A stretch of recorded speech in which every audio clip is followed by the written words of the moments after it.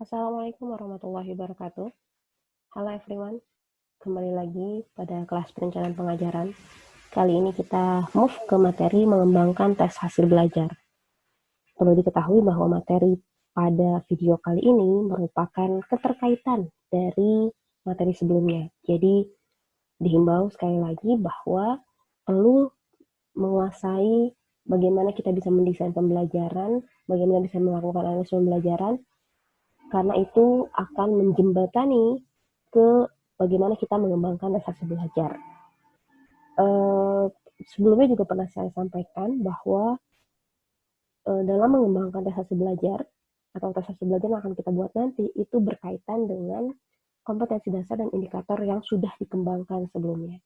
Jadi boleh disarankan kepada kalian yang mendengarkan dan menyimak materi hari ini untuk sambil melihat hasil tugas yang sudah dilakukan atau yang sudah dikerjakan di pertemuan sebelumnya.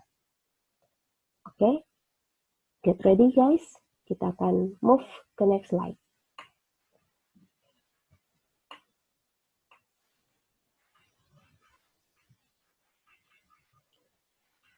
Ya, seperti yang kalian lihat di layar, sebagai pengingat untuk kita semua juga, bahwa rangkaian pembelajaran kita itu adalah tentang bagaimana merumuskan sebuah strategi pembelajaran atau RPP di akhir nanti. Nah, untuk ke sana, ini adalah rangkaian yang sudah dan akan kita jumpai. Yang sudah kalian lakukan adalah pertama, berkaitan dengan kompetensi dasar ya. Beberapa pekan lalu, kalian sudah belajar bagaimana cara menganalisis, sudah pernah membuat peta kompetensi, dan mengetahui apa yang dimaksud dengan taksonomi Bloom. Selanjutnya juga kalian sudah belajar bagaimana menentukan indikator yang menggunakan format ABCD. Nah, ini memiliki keterkaitan dengan materi yang akan dibahas pada video kali ini, yaitu mengembangkan tes hasil belajar. Jadi sekali lagi perlu diingat ya, materi kita saling keterkaitan satu sama lain di setiap pertemuannya. Pastikan kalian sudah memahami materi-materi yang sudah disampaikan sebelumnya. Kalau belum, silahkan cek kembali video yang sudah diputar beberapa pekan lalu sambil merefresh untuk siap bertemu dengan materi mengembangkan tes hasil belajar. Oke, kenapa ada tes? Definisi sederhananya seperti ini. Adanya tes atau alat penilaian hasil belajar adalah karena untuk menilai dan mengukur tingkat penguasaan peserta didik dalam setiap kompetensi pada indikator yang sudah ditentukan di tahap sebelumnya. Kalian cermati dengan seksama definisi sederhana dari tes. Alat penilaian hasil belajar. Jadi ini alat tools yang akan kita gunakan untuk menilai apakah peserta didik kita ini berhasil atau tidak mencapai tujuan pembelajaran yang sudah kita rumuskan sebelumnya. Kenapa? Karena dia berfungsi untuk menilai dan mengukur. Apa yang dinilai dan diukur? Tingkat penguasaan peserta didik dalam kompetensi yang ada di indikator. Jadi, tadi yang sudah saya sebutkan sebelumnya bahwa rumusan kompetensi dasar dan indikator yang sudah kalian lakukan di pertemuan sebelumnya berkaitan dengan hari ini atau pada materi hari ini tentang tes hasil belajar. Karena kita sudah merumuskan tujuan. Setelah tahap selanjutnya kan bagaimana kita mengetahui apakah peserta didik kita mampu mencapai atau tidak. Nah, untuk mengetahuinya maka hadirlah tes. Jadi kalau kalian ingat di indikator mendefinisikan, merumuskan apapun itu kata-kata kerjanya, nah itu akan kita bentuk sebagai tes gitu. Akan berwujud tes nantinya untuk mengukur. Gitu ya. Jadi menilai dan mengukur tingkat penguasaan peserta didik dalam setiap kompetensi pada indikator yang sudah ditentukan. Ini jadi menjadi rambu-rambu kembali. Jangan sampai asal-asalan dalam tanda kutip dalam merumuskan indikator, karena ya tadi akan berakibat pada pembuatan tes hasilnya, pembuatan tes nantinya gitu. Nah, selanjutnya penilaian adalah hasil pengukuran dan penentuan pencapaian hasil belajar. Ya, adanya nilai menunjukkan hasil. Nah, ini tujuan penilaian. Yang pertama, menilai kemampuan individual melalui tugas tertentu, menentukan kebutuhan pembelajaran, membantu dan mendorong peserta didik, membantu dan mendorong guru untuk mengajar yang lebih baik, menentukan strategi pembelajaran, akuntabilitas lembaga, dan meningkatkan kualitas pendidikan. Fokus kalian ada pada di poin 1 dan sampai 5. Tujuan penilaian itu ternyata, kalau definisi awal tadi masih secara umum ya, menilai apakah si peserta didik kita ini mencapai kompetensi yang kita harapkan. Tapi ternyata di sisi lain penilaian itu memberikan dampak atau manfaat lain yang juga dapat membantu guru mengajar lebih baik. Jadi misalnya ketika kita membuat indikator peserta didik akan dapat menjelaskan bla bla bla, tapi ternyata ketika dites mereka tidak dapat menjelaskan. Nah, itu menjadi feedback buat guru untuk introspeksi. Salah di mana kira-kira si guru dalam mengajar sehingga kok muridnya atau peserta didiknya tidak bisa mencapai tujuan. Gitu. Sehingga nantinya di pertemuan selanjutnya guru akan meningkatkan strategi, entah memperbaiki media, entah memperbaiki metode. Jadi mendorong guru untuk mengajar lebih baik lagi. Juga mampu membantu dan mendorong peserta didik. Kenapa? Pasti kalian pun pernah merasakan gitu ketika mengikuti sebuah tes, lalu hasilnya diumumkan dan bagus, membuat kalian termotivasi dan semangat untuk belajar lagi. Gitu. Jadi ada feedback positif juga untuk peserta didik. Atau kalau misalnya nilai ternyata di bawah KKM, membuat peserta didik untuk termotivasi kembali, mengoreksi dirinya, kesalahan belajarnya itu kemarin bagaimana. Gitu. Itu fokus penting dari tujuan penilaian penilaian yang harus kalian cermati. Nah, bicara tentang alat penilaian yang baik atau tes ya, itu ada syarat-syaratnya. Tidak serta-merta tes itu benar atau baik tanpa memenuhi syarat-syarat berikut ini. Yang pertama, tes itu harus sahih. Alat penilaian itu harus sahih atau valid. Sahih yang dimaksud atau valid yang dimaksud adalah ketepatan alat penilaian dalam mengukur tingkat keberhasilan pencapaian tujuan pembelajaran.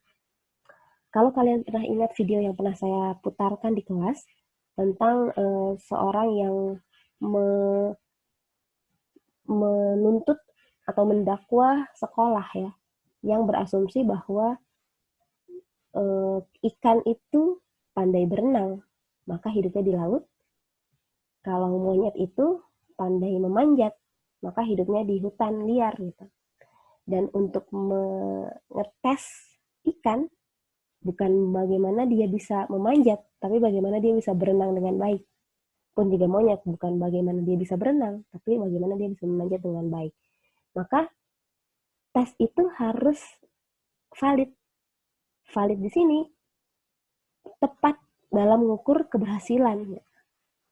Jadi jangan sampai kita menggunakan tes mengukur kecepatan memanjat ikan, mengukur kecepatan memanjat pada ikan, gitu. Atau sebaliknya tadi mengukur keluasan berenang pada monyet, gitu. Karena nggak tepat karena kayak gitu. Jadi jangan sampai kita salah menerapkan tes karena ketika salah berarti itu tidak valid alat penilaiannya dan tidak bisa digunakan.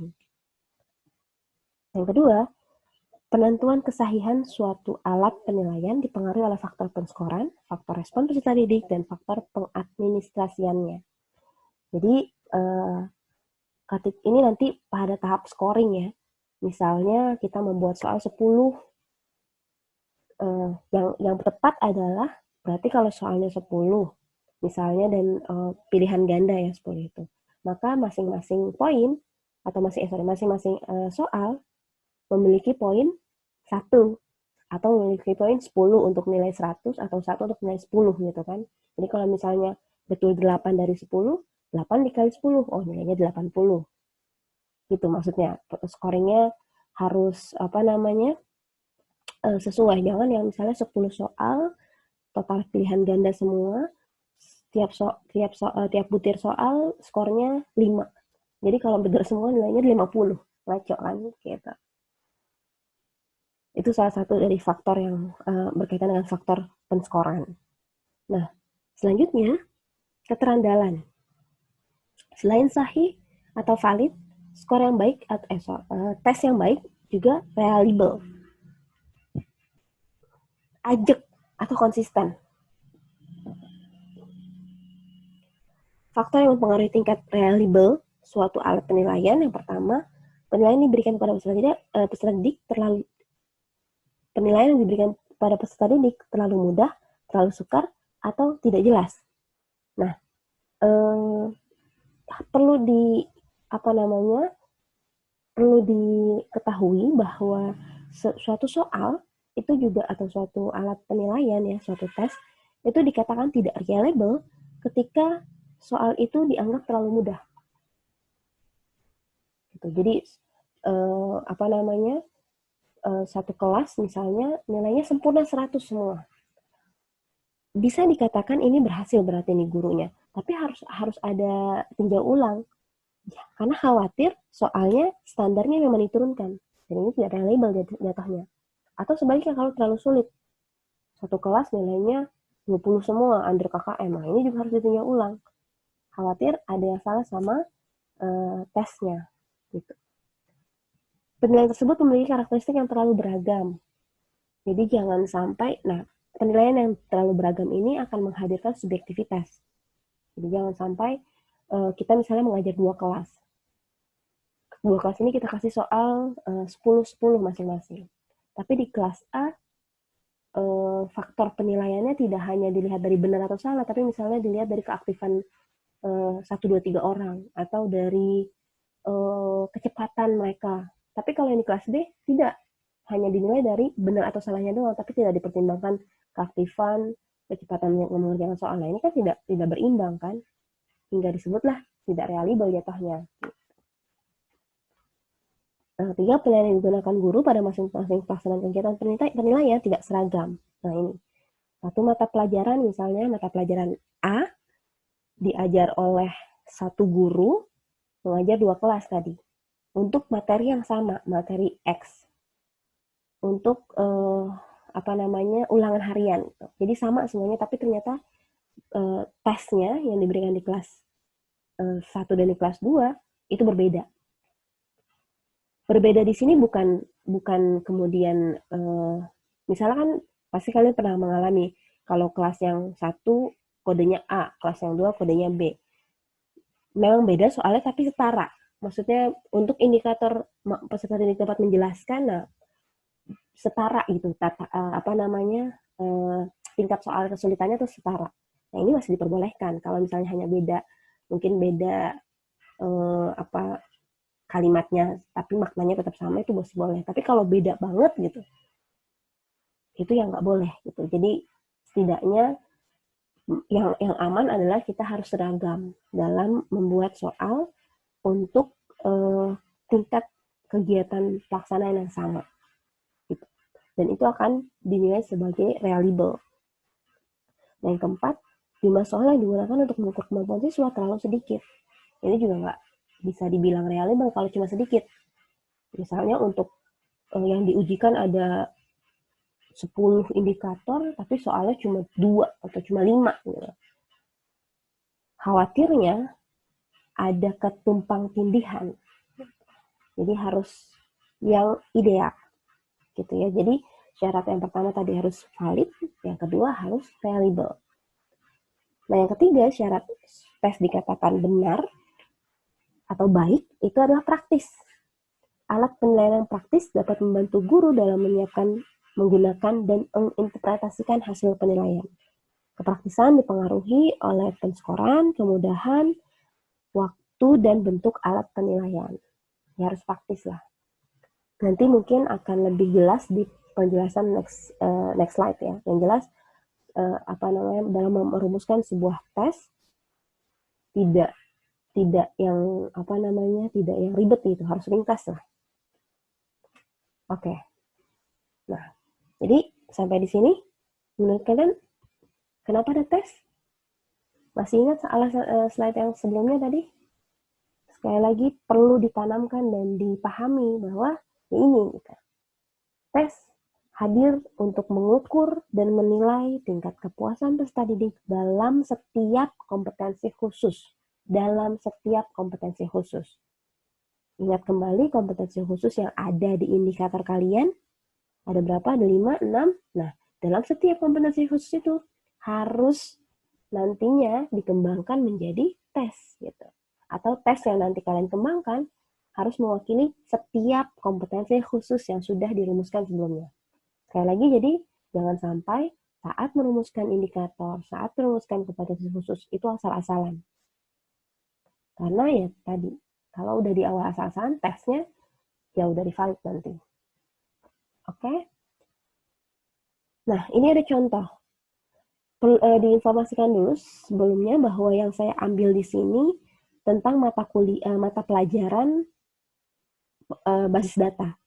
Kalau kalian mungkin tahu di bisnis digital atau di SMK IT, itu ada basis data. Basis data itu salah satu materi yang mengajarkan kita bagaimana membuat sebuah data yang banyak, baik itu data marketing kah, data perusahaan, data universitas, apapun itu yang banyak dalam satu dalam satu file. Jadi sifatnya kompleks gitu. Nah, ini materinya. Nah, ini saya ambil ada 2 indikator. Jika diberikan materi konsep dari basic SQL, ini adalah nama materinya ya, peserta didik akan dapat mendeskripsikan karakteristik dengan kriteria benar 80%. Berarti di sini kompetensi khususnya adalah mendeskripsikan ya.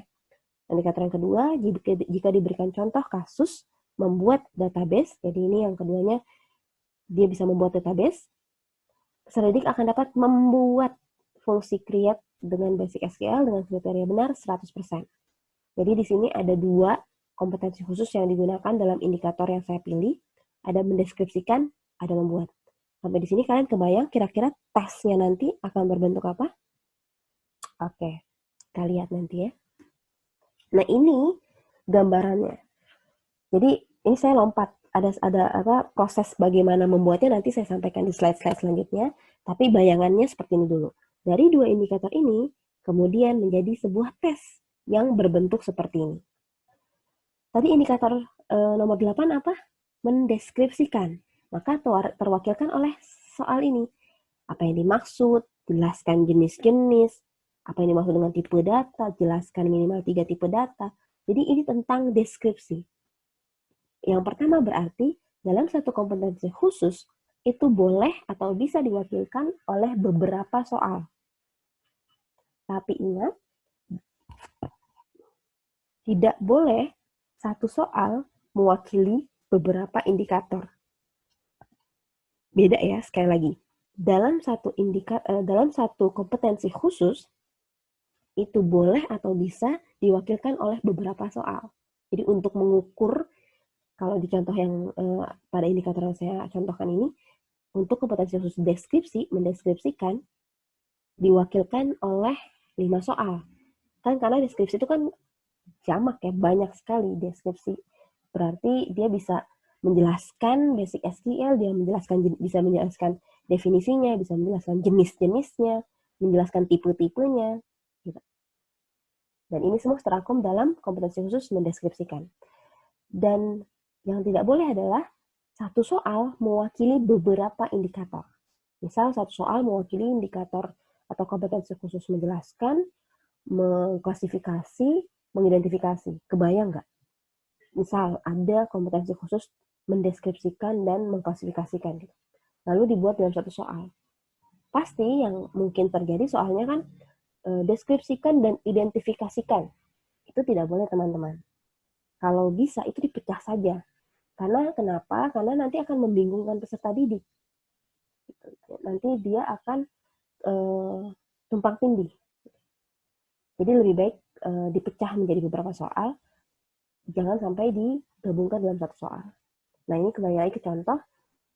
Dalam kompetensi khusus mendeskripsikan diwakilkan oleh 4 soal. Dan di sini tadi ada membuat. Ini sudah masuknya tingkat tinggi ya, berarti mengaplikasikan atau mengkreasikan C6 ya. Nah, maka sifatnya udah bukan kognisi, tapi praktikum ya, jadinya tahapnya psikomotorik. Maka di sini dikatakan praktikum. Nah, ini adalah instruksinya buat database bla bla bla. Gitu. Ini wakilnya untuk indikator nomor 9 tadi. Jadi kebayang ya, dari indikator ini implikasinya adalah kita bisa membuat tes yang mengacu pada si indikator. Nah, untuk bisa ke sini ada prosesnya. Kita akan bahas di next slide, di slide selanjutnya. Oke,